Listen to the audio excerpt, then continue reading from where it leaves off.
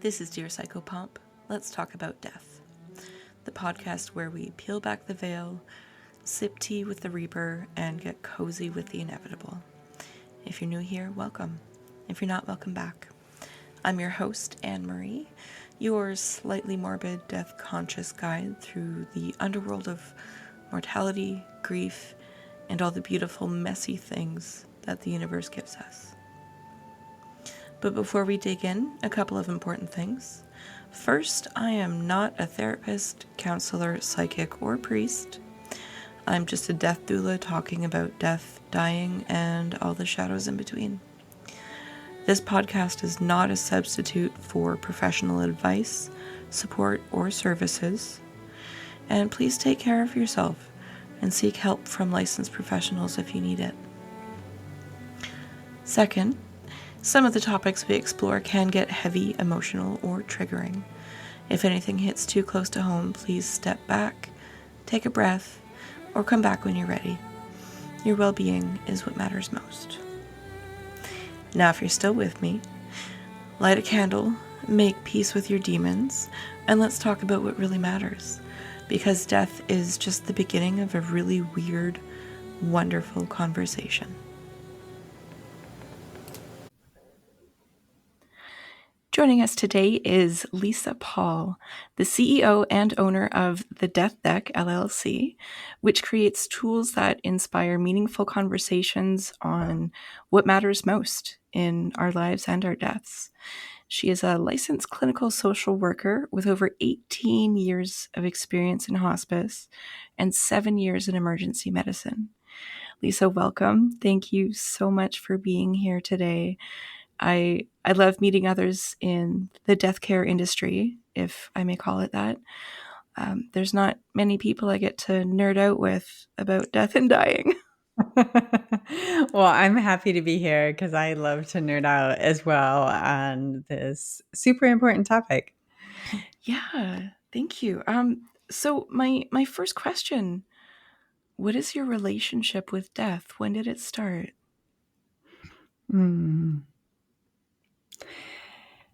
It started, well, in two different ways. One, I was raised on a farm.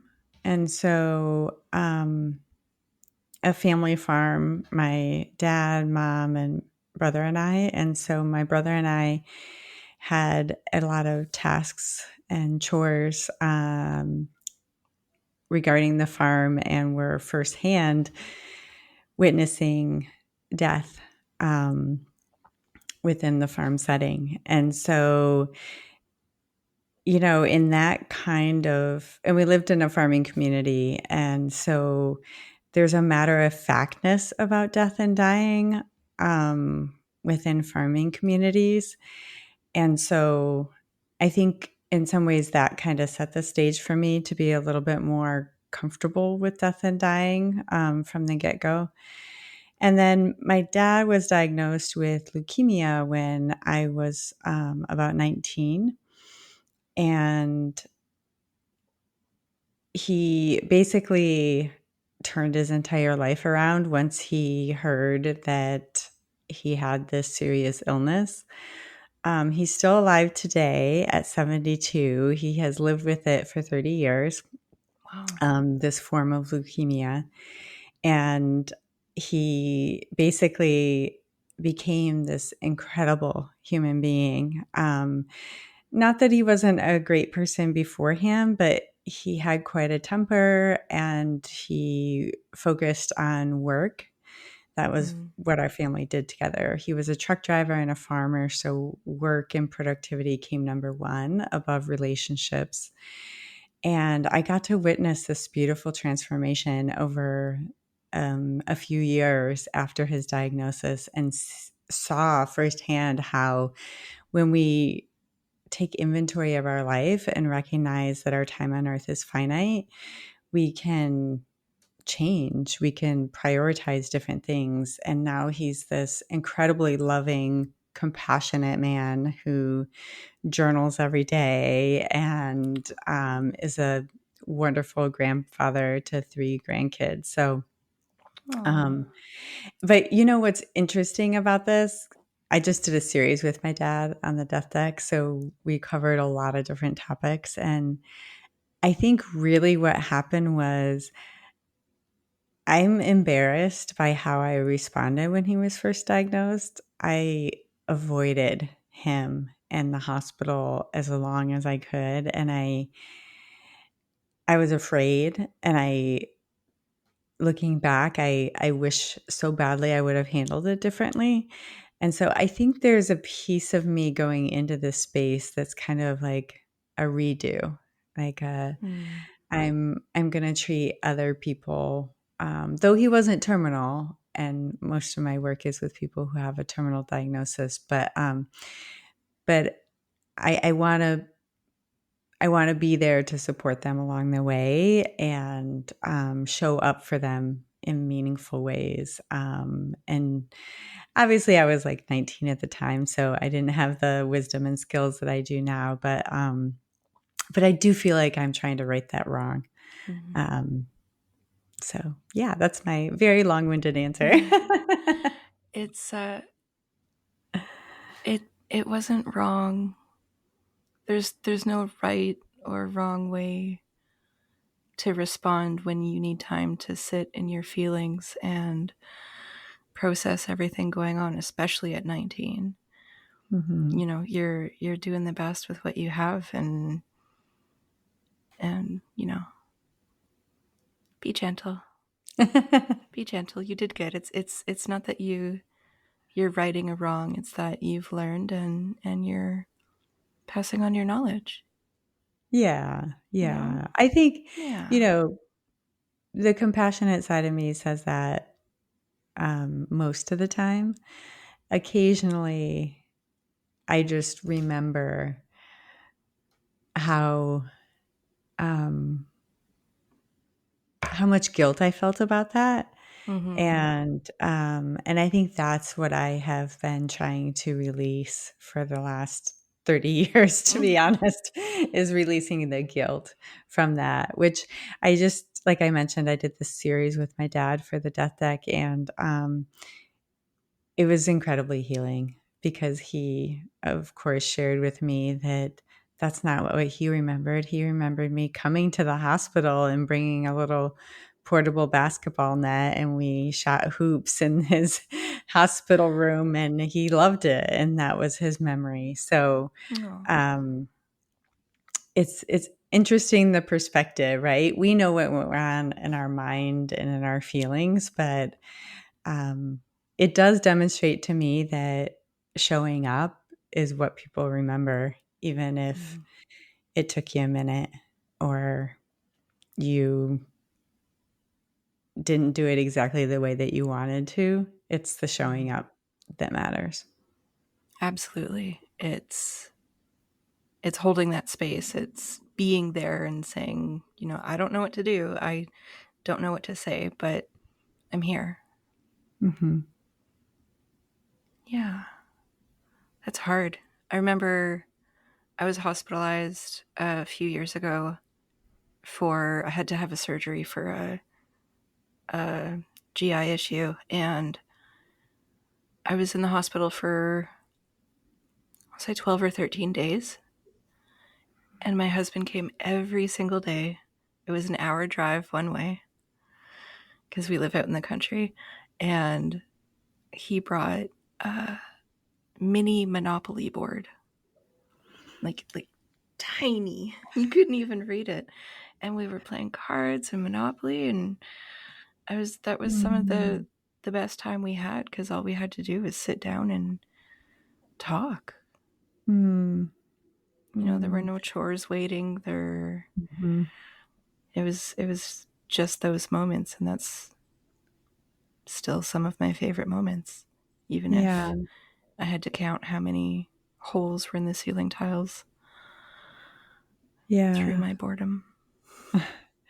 yeah. In the quiet of illness or grief or something that you're going through, when people show up, those moments, like you mentioned, because it's concentrated and the outside stuff doesn't matter in that moment, I think we can have these really meaningful interactions and connections. Mm-hmm. When my mother-in-law was dying, my husband and I flew back and forth from California to Michigan to take care of her. We took turns, and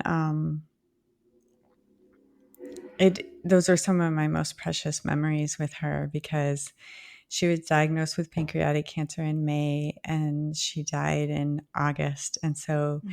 it was a very concentrated period of time, and we knew it was going to be very short. And so we ate all the things, we said all the things. Those are some of my best memories with her. Even though there was uncertainty and fear and pain management and all these other things and caregiving, um, the special moments I treasure every day. Mm-hmm. Absolutely. Do you find when you're helping someone who does have a terminal diagnosis, loved one or not, do you find there's a common theme with questions that they ask you or things that they say Mm. they wish they had done? Mm. Common questions are, nobody's being straight with me. Can you tell me how much time I have left? I would say that's one of the questions I get the most. And I'm a hospice social worker, but I have been at the bedside of, hundreds, potentially thousands in my 18 years. And so I can give a general estimate, and with a lot of caveats, you know. Mm-hmm. I'm a social worker. I say all the things, but people find it so helpful to try to at least have a general timeline. I also use Barbara Karn's book, Gone from My Sight, which really gives a timeline Mm-hmm. with symptoms. And so that can be a really effective tool because they can kind of see it themselves instead of me saying it. So that's usually how I answer that question as we go through that booklet together. But the other question that people ask is, what do you think happens after we die? Like, people ask me that all the time. And then in terms of their regrets, or what they're thinking about, I would say what people talk about the most are their relationships, being really proud of their kids or grandkids. Mm-hmm. And then they talk about their travels. Travel is like really high on the list. I think people feel a sense of like, I've done all the things, I've seen the world when they've done some traveling, whatever that Mm. looks like to them. And so it gives kind of this sense of accomplishment. Like, I've been to 12 countries. Um, and so relationships and travel or specific memories. We just had a 90th birthday party and I got to see everybody, in my family. And so those memories with people and those important moments are what people talk about. With regrets, they're kind of the standard ones that are like, I worked too much. I missed a lot of my kids' lives. Mm-hmm. Um, I let The coulda, myself, shoulda, woulda. yeah, and not taking risks. I think that there's a lot of questions about what could have been had I done this thing that come up. Mm-hmm. Um, but I would say most of the time, in my experience, people are focusing on the good and not the regret. Like, um, if they're focusing on regrets, then they tend to have deep regrets, you know, Yeah. and that's kind of its own beast in end of life. But Oh, yeah. In general, most people kind of, in my experience, get to a point of, here's a caveat. Unless they're dying very young, then Mm-hmm. there's a lot of, I wish I could live longer. I don't feel ready to die. There's a lot more, in general, angst and things that come with dying at an earlier Mm-hmm. age. But I would say people over 70 tend to focus on the positives, or Mm-hmm. what they're appreciative for as they're dying. Yeah, for sure. I had a client that died in December, and he made it to 27. Mm. And to be a part of his journey of acceptance, he was stage 4 by the time we met.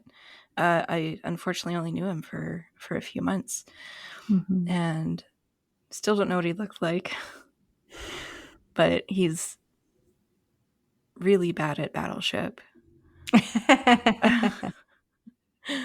I will claim that. But it's with him dying so young, it was so profound that he was able to accept it. Mm-hmm. And of course Mm-hmm. that's what we hope for when helping someone at the end of life, is acceptance. And for him to say, like, you helped me accept this and I'm ready now, was just Mm-hmm. whoa. Yeah. And I think the biggest part for him was the injustice of it, Mm-hmm. because he wasn't done yet, and he was living very loudly, very, very happily, like absolute genius. Like the world is lesser for not having him in it.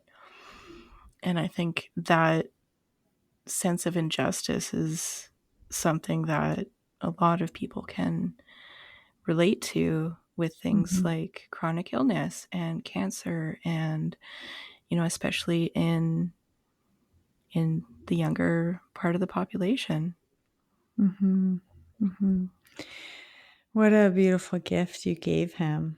I mean, Oh, that's, thank you. yeah, that's very profound. Um, I think that my experience, talking with people who've, their children have died of cancer. Um, I haven't worked with pediatrics myself, but I have talked to a lot of people who've lost a child, or whose child died of cancer. And, you know, typically the kids get to a point of acceptance. And I think in some ways there's I'll use the term blessing, but in the fact that their brains aren't, like, if they're younger, their brains aren't fully developed to really think about the massive loss or the big picture of the life they're not going to live. Mm-hmm. Um, I think in a lot of situations, kids and younger people who have lived with cancer a long time also just kind of get to a point of being tired, you know. Mm-hmm. There's an acceptance that can kind of sneak in as it relates to, I just can't go through this anymore, you know. And I hear this with caregivers a lot. It's like, I don't want him to die, but I can't watch him like this anymore. Mm-hmm. I don't want him to die, but he's suffering, and I don't want him to suffer anymore. And so there's a lot of ways that I think lead up to some acceptance. I think it's pretty rare that people are fully accepting, without having any, oh, I just wish I had more time, or there's like any caveat to that. But I think a lot of people get to a point of tolerating the fact that they're going to die, you know, um, and for me, what I find can be helpful is the people who approach death and dying who have this ability to be curious, I think can be such a gift because people will share with me, you know, that question of what do you think happens after we die? And then they'll give me their thoughts on it. Like, can I give you one example Oh, that yes, makes me please. laugh? Okay. So I had this patient, he was in his 90s, and he was an engineer and a very logical thinker. And his wife had died years ago. And he was getting very close to the end. This was within the last week of his life. I came over to see him, and we had been having these really deep conversations for, I'll be frank, a man in his 90s to be so open with me. And he said, Lisa, I got a question for you. And I said, oh, okay, what is it? And he's like, well, I had a dream last night that Mary came to see me. And at first I was like, oh, how lovely. Mary came to see you. But then I was like, but wait, wasn't your wife's name Elizabeth? And he said, yeah, but Mary came to see me. And so I started laughing. I said, well, who's Mary? And he said, oh, she's the one that got away. And so we then had this, he then asked me, you know, do you think that after we die, and he identified as a Christian, do you think after we die and we go to heaven that we're like stuck with our wives? Because it says till death do us part. So like, could I date in heaven? Like, could I be with Mary? Obviously, I have no answers on this topic, right? Yeah. But we had a really interesting, thought-provoking conversation about like what would that look like, and he was curious and he was hopeful, you know, that he would get some time with Mary. And so I think of him, often, just like this is an example of some of the thoughts that go through people's head, you know? It's like, what's it going to be like? And, you know, am I going to be this wrinkly version of myself, or can I be my hot version, or like Yeah.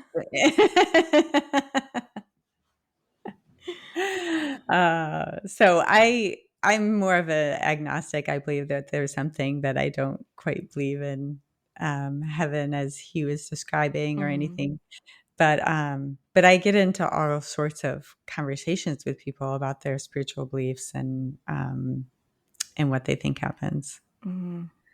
I love the religious conversations with open-minded people Mm-hmm. who, 'cause I'm atheist. Mm-hmm. I don't believe in God. That's my own story. I believe in the law of conservation of energy. Mm-hmm. I believe in science. I believe in magic, and I believe our energy continues on. I just don't know where or how. But the different perspectives that people have and the comfort that they get from their beliefs is just so beautiful. And I love, like, I don't impose my beliefs on any clients or anything. I meet them where they are. So I have this, I call it my Bible.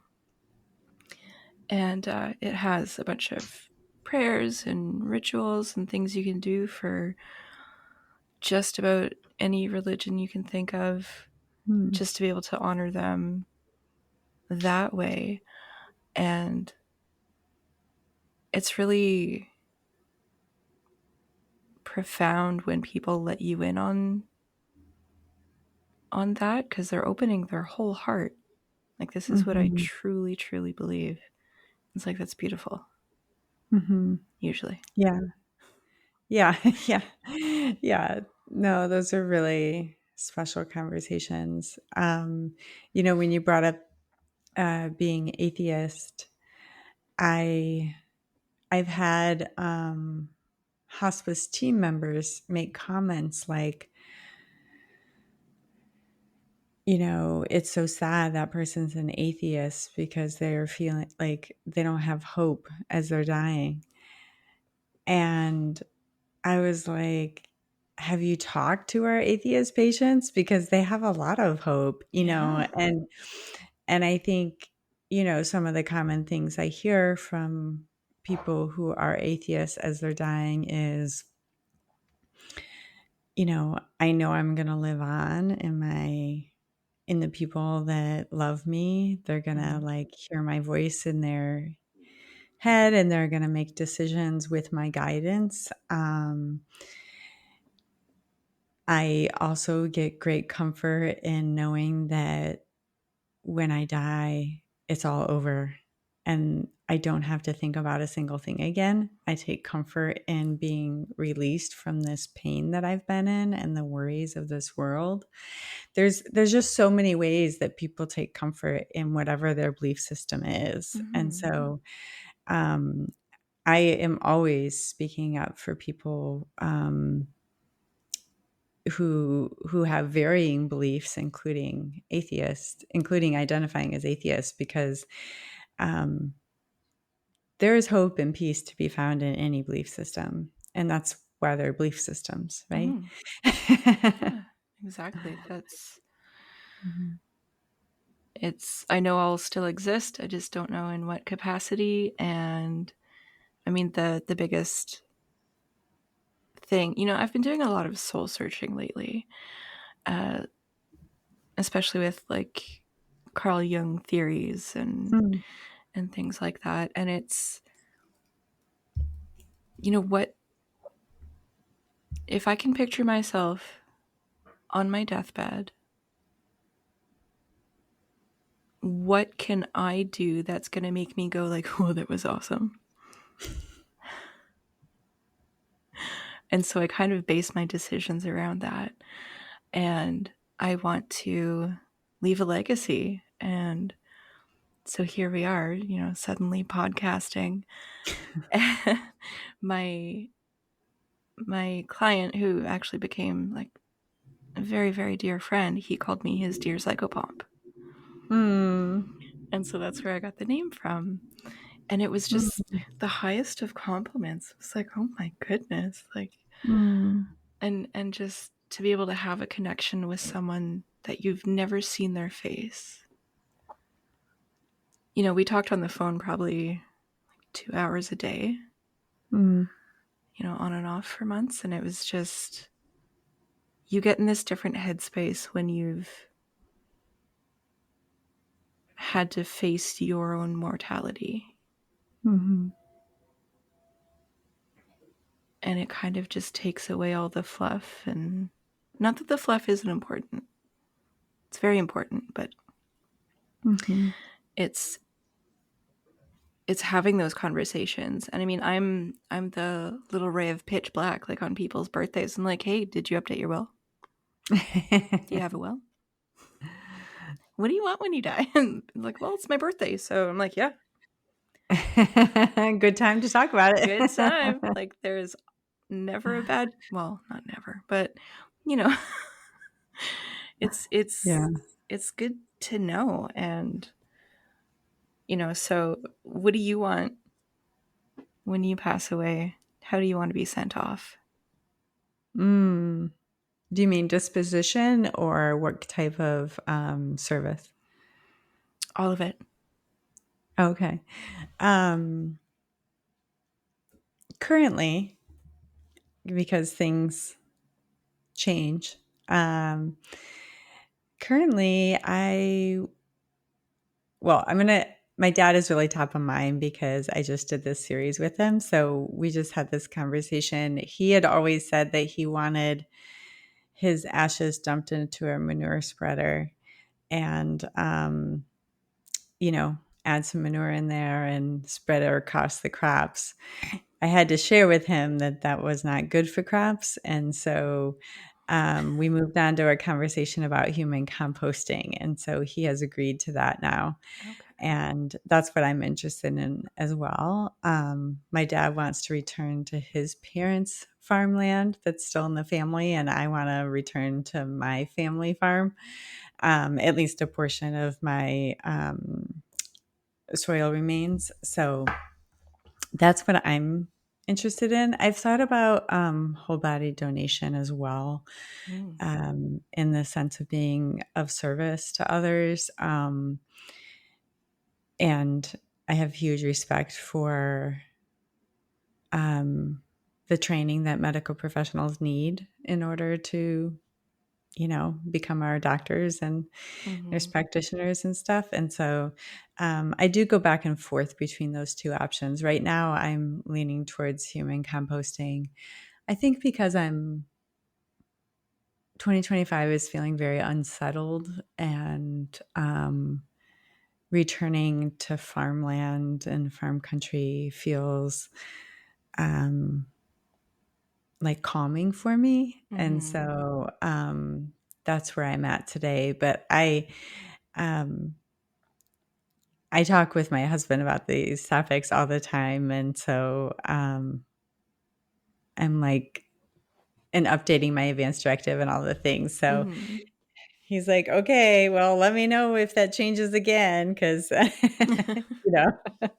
but we've had advancements, there's Mm-hmm. aquamation, which I think is also a nice environmental, um, a more environmentally sound option than fire cremation. So, Mm-hmm. and of course, green burial, um, which I haven't been like green burial.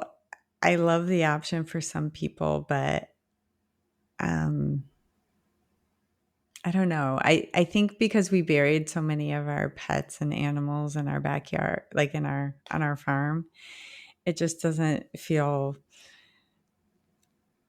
ceremonious enough or something. Like I have a Yeah. connotation that's not quite what I'm envisioning. But I've also thought about whole burial at sea, where you just get plopped into the ocean. Mm. Um, Kind of like a mobster, like That'd be cool. Yeah. I'm a huge kayaker and love the ocean. So, Mm. but I brought that up to my family and they were like, no, we're not comfortable with that. We don't want to drop you off a boat and be eaten by sea creatures. So, um, I believe in personally, I believe my family has some say because they're going to be grieving, and I don't want to choose a disposition option that is might impact their grieving. So, Mm. um, Mm-hmm. so the human composting is where I'm at. How Okay. about you? I would like to be aquamated. Uh huh. I love the water.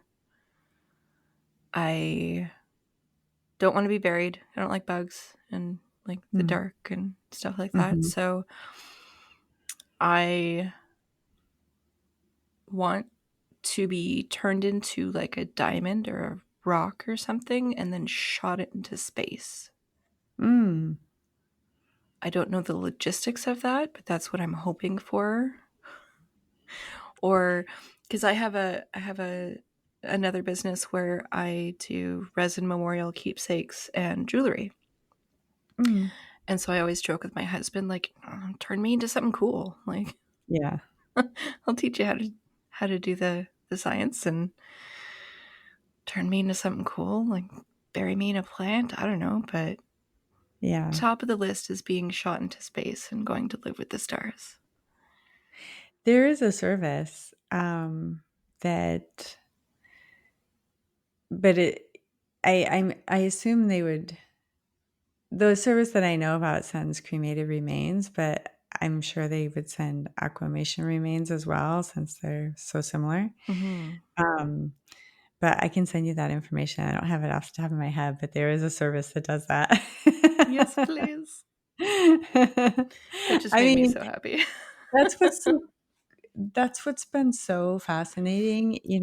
Like, we developed the Death Deck in 2018. I was working as a hospice social worker long before that, but like, I really became into the death and dying space outside of clocking in and out of my job, um, in 2018. And it hasn't even been 10 years. And there's just been so many changes and so many more conversations and podcasts, and in the mainstream media, even so many more conversations on death, dying, grief, caregiving, all of these topics that it just makes me so happy, because I feel like we're making progress. We're moving the needle little bit by little bit, Mm-hmm.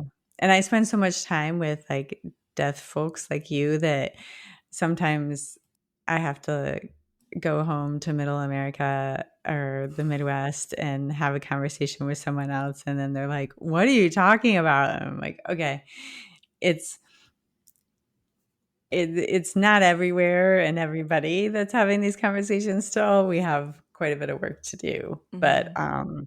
we're certainly making progress. Absolutely. Which is so important, I find, especially with, so I do like online and in-person grief work.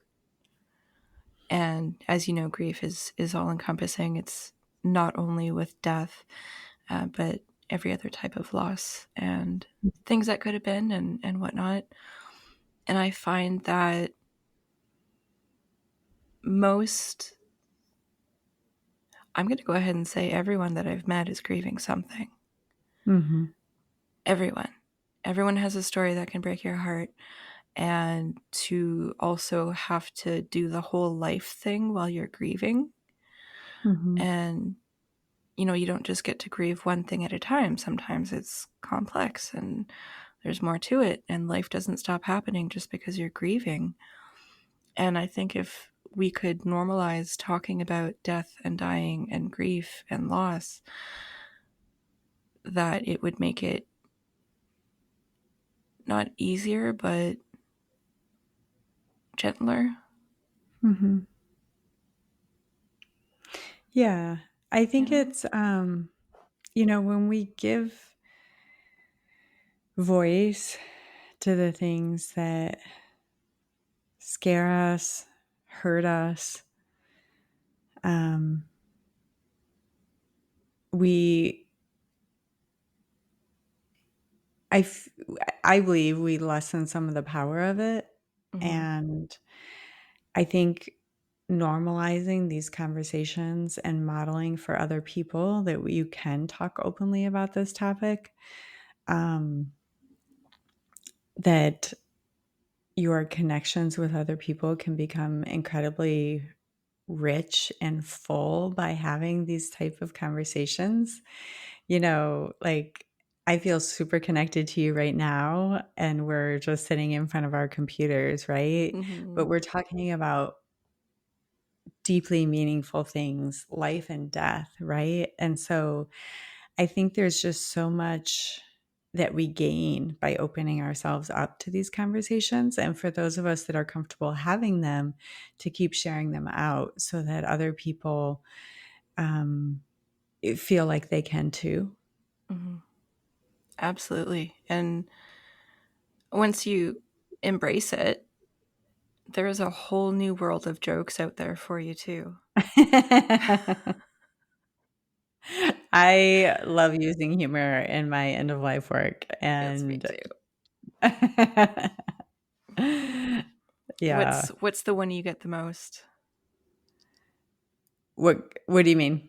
Well, when I meet like a new client, or someone finds out I'm a death doula or something like that, they're like, "Oh, people are just dying to see you." Oh, Like, yeah, yeah, I've never heard that before. Yeah. Oh, well, I have a favorite one that this one of my new hospice patients, I called, and oftentimes I'll speak with the family member to make the first visit, but in this situation, it was the patient herself. And so, I was mentioning that when a person comes onto hospice, the whole team is trying to come out and meet them. Basically, Medicare requires that each of the disciplines do an assessment within 5 days. And so it can feel really busy. And so I was telling her about this, and the reason for my visit and why we were all trying to schedule at once. And I said, but, once we get these initial visits in, things will settle down a bit. And she said, are you saying they're going to die down? And I started laughing. And I was like, oh, damn, I'm going to love working with this woman. Oh. And I did. She was delightful and hilarious. And we just laughed our way through her dying process, to be honest. Mm-hmm. Sadly, she didn't live a very long time. And I was really sad when she died because of we had that. She just exuded humor in everything that she said and did. And sometimes humor can be really deflective and a way to not get into the real stuff. But I find that's pretty rare. I find that most of the time people use humor in some ways to cope, but they still get to, sometimes the humor is the way into the harder feeling. Mm-hmm. And I also find that connection feeling again, when you laugh together, like walls come down and people find you more relatable. And you can dive deeper once you've had some laughs together, is my experience. Mm-hmm.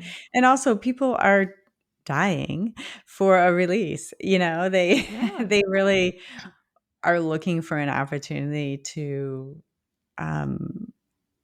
release a little bit of all of the different energy and feelings. And tears and laughter are very closely related, and so people will often start out crying and end up laughing and vice versa. Mm-hmm. So both release serotonin and dopamine and make you feel better. So yeah. Love those brain chemicals. Mm-hmm. That reminded me, I had this one lady, she was terminal. She had, I think, maybe 2 weeks at the point that I met her. And so I went over and we did pre-need package, things like that. And we hadn't established the joking rapport yet. And so I was getting ready to leave her house, and she's like, okay, thanks, thanks for everything. And she's being just very solemn and beautiful. And I was like, yeah, I'll see you soon, but not too soon. She just lit up. Oh my goodness. And then after her passing, her brother came and found me. She's like, are you the one that said, but not too soon? Yes. It's like, that made her life. I was like, that's awesome. Well, the other thing about humor is you have to be comfortable talking about death and dying to use humor within it. Mm-hmm. There's just, when I supervise social workers, I share with them that two of my most effective tools are silence and humor. Mm-hmm. And both of those took a while to develop. Yeah. The use of silence, of not filling silences and sitting for 5-10 seconds after someone says something to wait for them to go deeper. It's virtually impossible when you're first starting out, because you have so many ideas and you don't know if you're doing it right. And those silences feel like you said something wrong and all of these different things. But with time and experience, you can really use silence. And I think the same is true for humor. I don't suggest that people who first start out in the end of life space, are leading with humor. I don't really leading with humor is a little bit strong for end of life space, but finding opportunities to connect with humor is definitely a skill that takes some finesse, but people are so grateful when you can bring it as part of who you are showing up in that space. Absolutely. And silence is 99% of holding space. Mm-hmm. It's just, I'm here, I'm waiting. You want to talk? You want to not talk? That's cool. I'm still here. Mm-hmm. I find it can often be more powerful than words at times. Mm-hmm. And when you can sneak in the humor and the lightheartedness, you're reminding them that they're still human. Mm-hmm. Like, yeah, you're dying, but that doesn't mean you can't laugh. It Mm-hmm. doesn't mean you can't have fun while you're still here. Mm-hmm. It's okay to still be human until you're not. Like, there's not, you must be super serious now and no funny business. Mm-hmm. But I I had all these questions for you about the Death Deck, and we have just been like, I could talk to you for days, days and days and days. I agree. So tell the listeners a little bit about the Death Deck, if you would, please. Sure. Yes. So the Death Deck. So the Death Deck LLC, I'll say, so that's the main business, has two products, and we have a third on the way, which I'll tell you about here in a second. So our signature product and the first product that we created is the Death Deck, and that's 112 questions. Most are multiple choice, and there is a lot of humor infused in the questions to try to make the topic more approachable and lighthearted. And the idea being that this is the tool you use to just kind of get general conversations about death and dying started, talking about advanced care planning, and really just encouraging healthy communication about death and dying, giving people some practice and talking about it, as well as being able to express their thoughts and wishes on things like disposition, you know, medical decision making. We have some fun, like party game questions, like can mediums communicate with the dead, and questions that are more lighthearted. And then we have more specific end of life wishes. And then the next deck we created in 2023 was the EOL deck, and that's the end of life deck. And so that's the deck that I use with my hospice patients. And it digs deep into specifically end of life preferences. So this was really designed for people living with serious illness, or people of advanced age where we know that death is probably coming sooner.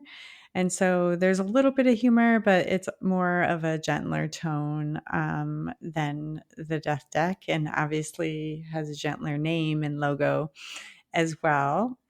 And then in September 2025, we're releasing the Dementia Deck. So the Dementia Deck is a planning tool. It's a collaboration with Compassion and Choices. So I took inspiration from Compassion and Choices Dementia Values and Priorities tool, and used inspiration from those questions and added some more of my own, to help people talk through what they would want for their care if they were living with dementia.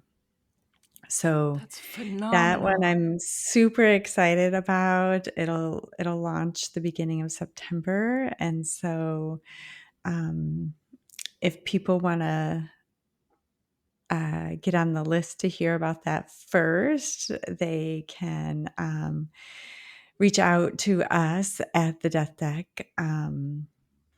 Our website is deathdeck.com, and also we're on all social media as the Death Deck. So you can get on the list for the Dementia Deck, but it's not available yet. The other two products are available today.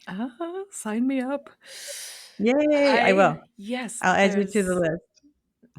I've had multiple clients with dementia, and it was kind of shocking to me how other people were treating them. Mm-hmm. And it's different with dementia. You kind of have to meet them where they are and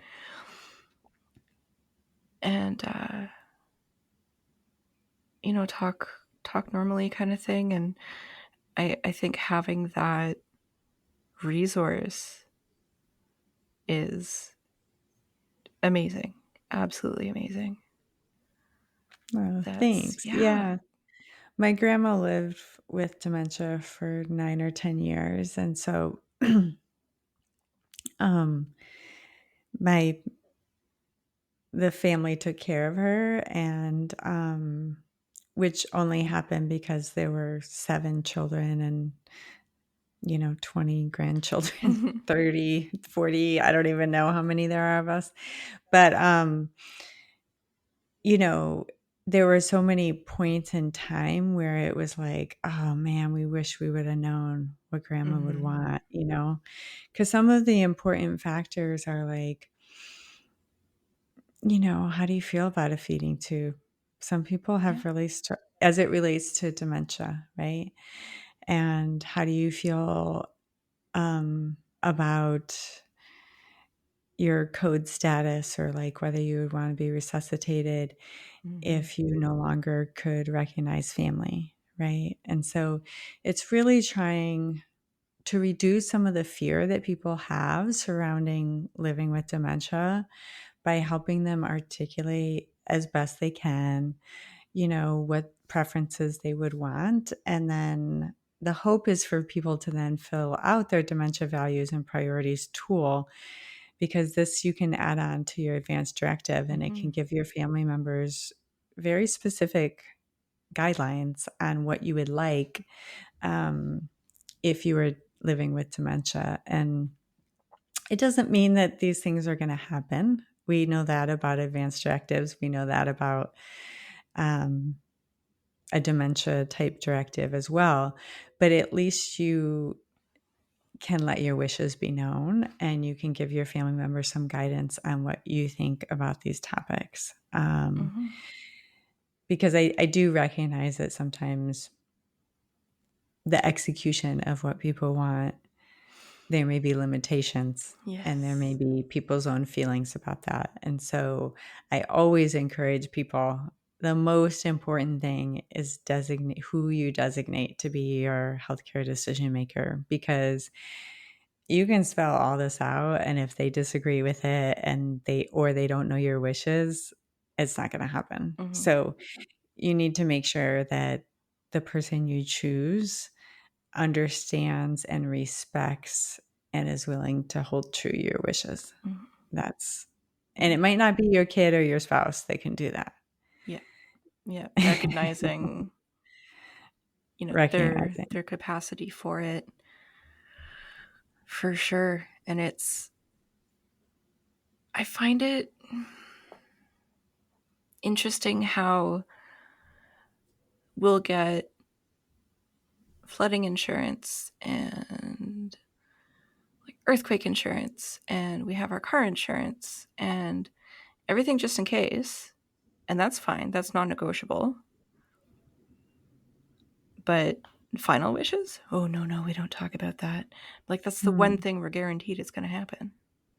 Mm-hmm. Like, we know for sure. So one thing I like to say is like talking about it isn't inviting it.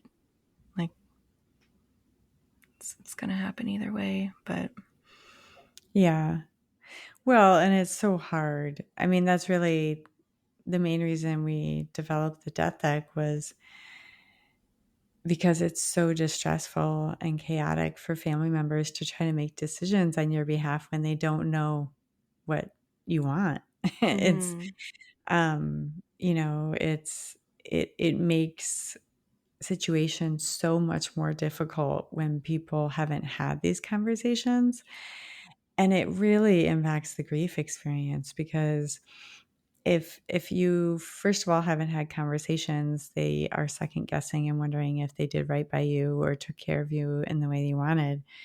But also, if you haven't done your paperwork and passwords and these important facts, Yes. your the people grieving are going to have a harder time. They're going to be Mm-hmm. inundated by tasks and being unable to access accounts. And let me tell you, people get mad at their dead relatives Oh yeah. often in Mm-hmm. grief because of the lack of preparation and the mess that's left behind. I recently had a woman whose husband died pretty young, and she was so upset and just said, I don't feel loved by him, Mm-hmm. because he, said he was taking care of things that he didn't. And he left me in a horrible financial situation. And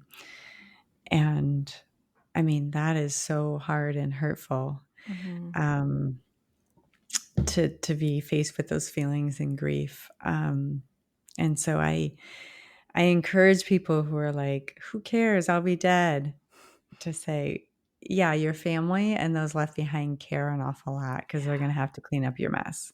Mm-hmm. So, Those people that you love so much, they yeah, care. they care. Yeah, They care. guarantee. Ask Yeah. them. Yeah. Yeah, and it's, I used to be a cemetery director, and death either brings out the best or the worst. Rarely ever anything in between. And, I've assisted with interments that have been just absolutely beautiful. The whole family comes together, everyone's hugging and laughing and telling stories. And then I've had other ones where, we're in the columbarium and, putting dad with mom, and people are arguing over like furniture. Hmm. And like, is this really what you want to fight about right now? Hmm. And I think there should be like a year after someone dies, or you have to wait until the estate is settled to like dole things out and things like that, so that people can kind of maybe remember themselves. And material goods are great, but we don't get to take any of that with us Mm-hmm. anyway. Yeah. So it's just, I've seen families torn apart over a car. Yeah. Or money. Yeah. Money. Oh, yeah, Yeah. definitely. A house. Yeah. Mm-hmm. Yeah. I mean, there can be so many practical reasons why people have to kind of decide things earlier. Um, Although I think your idea is great. I've worked with a lot of people who just financially have to then sell the house, and so then they have to then figure out what to do with the Yeah. stuff. Um, and those things are hard. And again, that's why these conversations can be so incredibly helpful, and putting things in writing. Yes. If you know that your kid, one of your children, really loves the dining room table, you perhaps at your next family dinner say, Mary really wants that table. We're going to give her the table. And that's and it's just out in the open, because Yeah. this whole idea of there's just so many feelings in grief. It's like, Mm-hmm. well, you didn't do anything for mom and dad while they were living, so you shouldn't get the table. Like there's all these things that come up. But if you hear it from mom and dad themselves, Mary's getting the table, Mm-hmm. like at Mary's getting the least, table. yeah. I mean, at least you've got receipts. Yeah. I mean, it makes me think back. Like I've always been kind of nerdy about death, and since I was, I want to say like 11 or 12, I had been asking my dad, like, just deadpan, "Hey, when you die, can I have this painting?" And the first time I asked him, he was like, "Yeah, sure." And then he passed away in 2018, and there was no. It was like, "Yep, Anne Marie gets this painting." Mhm. And I mean, I did make sure to ask him like yearly on his birthday if I could still have it, but You're like, how about that painting, Dad? yeah, Still good? still good. Just renewing it. Yeah. You want to sign here on this little contract I drew up? Yeah. Well, it has been absolutely amazing talking with you. Thank you so much for coming Oh, on the you show. too. Yeah. And one more question. What is your Hmm. favorite planet and why? Oh, my favorite planet Mm. Or dinosaur. or dinosaur. Mm-hmm. Mm. The important questions.